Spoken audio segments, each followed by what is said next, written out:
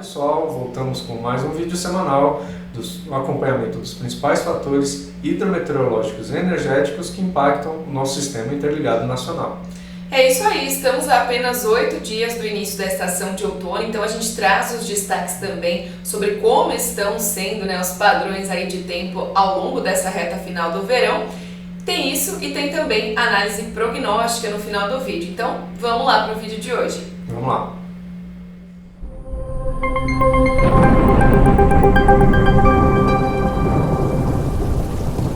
Começando então mais uma análise diagnóstica. Ao longo dos últimos dias, um dos principais destaques com relação às condições de tempo foi a atuação do corredor de umidade da Amazônia.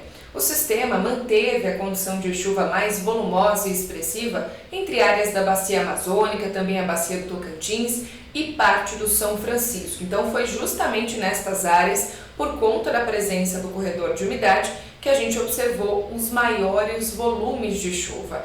Uma frente fria também bem afastada em alto mar ajudou para que o corredor continuasse aqui atuando, principalmente em uma faixa que vai desde o litoral sul da Bahia até o oeste da região norte. Nos últimos dias, esse corredor de umidade enfraqueceu um pouco, tanto que a gente teve uma diminuição significativa no volume de chuva com relação ao último final de semana. Mesmo assim, a gente ainda tem observado algumas pancadas isoladas com acumulados acima de 40 milímetros entre a Bacia do São Francisco, Tocantins, Araguaia e também parte da Bacia Amazônica. E como estava previsto, o centro-sul do Brasil ficou sob a influência de uma massa de ar mais seco. É por isso que não tivemos chuva significativa em grande parte da Bacia do Paraná, também nas áreas do estado de Mato Grosso do Sul e grande parte da região sul do Brasil.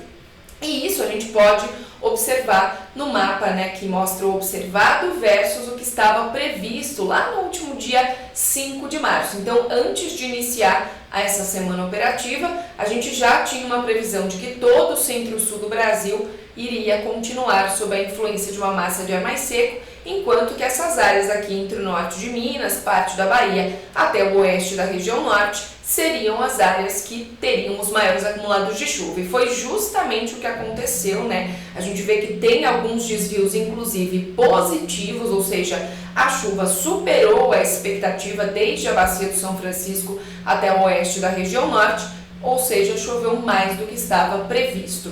Em todo o centro-sul do Brasil, tivemos chuvas em pontos muito isolados que não contribuíram para o aumento da vazão no sistema interligado nacional. E agora o Bruno avalia para a gente, mostra os principais impactos desse cenário de chuva observada no acompanhamento da energia natural afluente. Luiz, até é bom lembrar que, diferente do que aconteceu nas últimas semanas, as chuvas do Sudeste ficaram até, na verdade, a previsão para o Sudeste ficou até mais alinhada.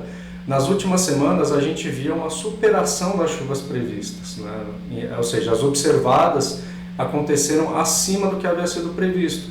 E dessa vez não tinha uma previsão de uma chuva expressiva e realmente não teve essa chuva, ela ficou mais localizada no centro-norte, como você mesmo colocou.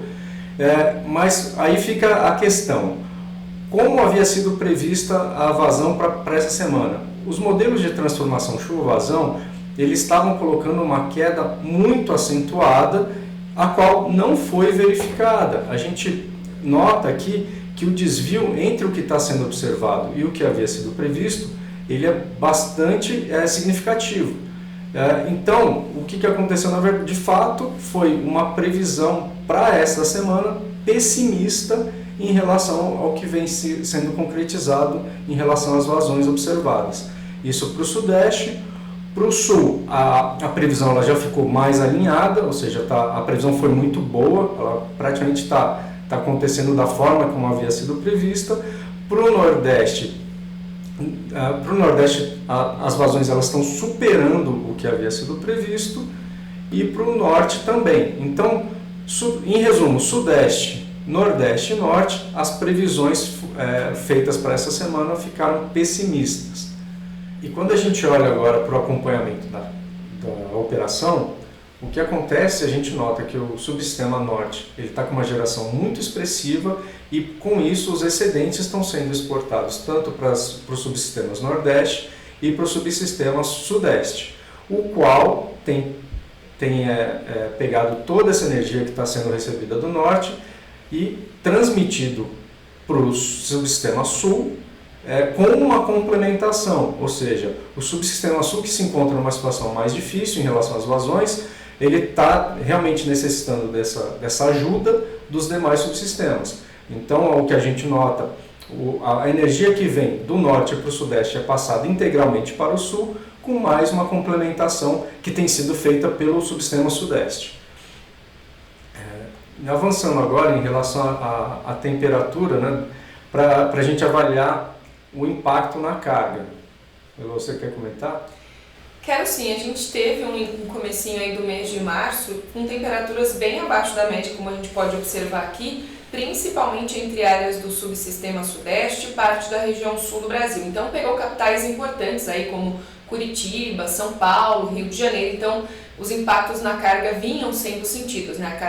O impacto na carga, na verdade, diminuiu por conta dessas temperaturas abaixo da média para o período. Agora, no decorrer dos últimos dias, o sol voltou a aparecer bastante no sudeste do Brasil, a gente voltou a ter temperaturas mais dentro da média, então a expectativa é de que a carga até subisse um pouquinho ao longo dos últimos dias. O Bruno vai mostrar pra gente o que de fato aconteceu, mas essa era a expectativa porque o calor retornou a algumas áreas do sudeste principalmente. Entre o Espírito Santo a gente ainda registrou temperaturas abaixo da normalidade, e para todas as capitais ao longo aqui da faixa leste e nordestina, a temperatura seguiu ligeiramente acima da média normal para o período, então também a gente espera um impacto aí na carga. Agora, no Rio Grande do Sul, a gente voltou, né, a ter mais uma semana de muito sol, temperaturas em elevação, até calor em excesso, então essa carga do sul, principalmente para a região metropolitana de Porto Alegre, pode ter aumentado um pouquinho devido a esse fator. Na verdade, apesar dessa melhora, o que a gente observa ainda para o sudeste é uma situação de carga realizando abaixo das expectativas.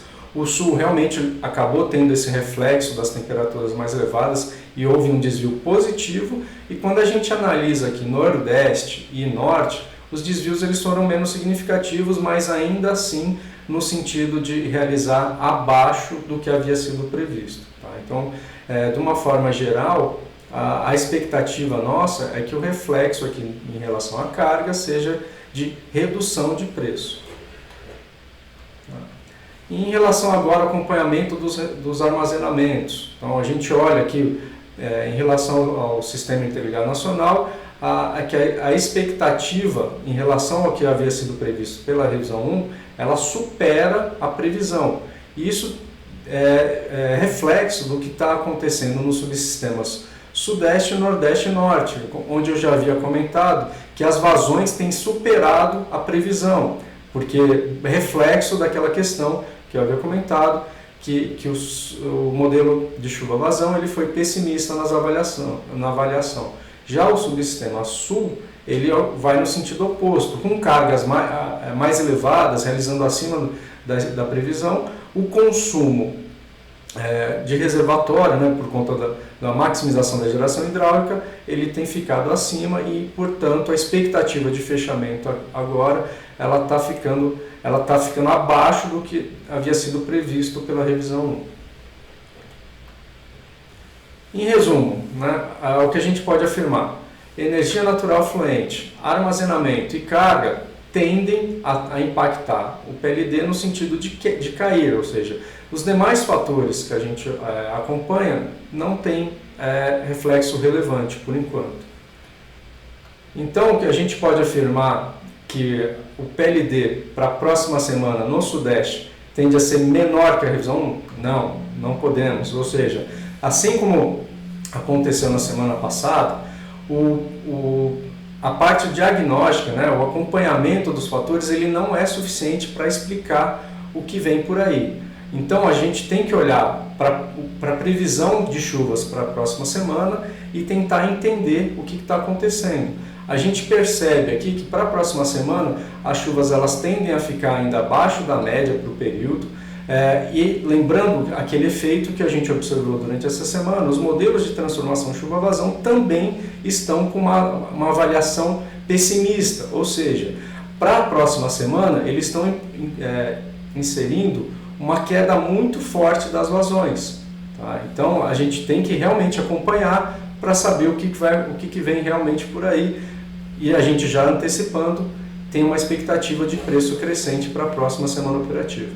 Sim, a gente também fica de olho nessa possibilidade do retorno das chuvas para o subsistema sul, né, Bruno? Os modelos têm ficado cada dia mais otimistas conforme a gente se aproxima aí da segunda quinzena do mês de março, isso porque tem previsão de uma nova frente fria subir pela região na semana que vem, e essa sim vai ter de novo o suporte da umidade que vem da região norte do Brasil e também dos ventos lá no alto da atmosfera. Uma que está passando agora pelo país deve ser empurrada rapidamente para alto mar, não deve influenciar muito na chuva, por isso que os próximos 5 dias ainda devem ser marcados por tempo firme. Agora, na semana que vem, principalmente, a gente volta a ter a influência aí de uma frente fria, de uma baixa pressão na altura do Paraguai, então a gente vai ficar de olho nessa expectativa de uma chuva retornando à região sul do Brasil. Bom, ficamos por aqui com mais uma análise diagnóstica e voltamos na próxima semana. É isso aí, muito obrigada pela atenção de todos vocês. Lembrando que qualquer dúvida e sugestão pode entrar em contato com a gente. Tenham todos um excelente resto de semana.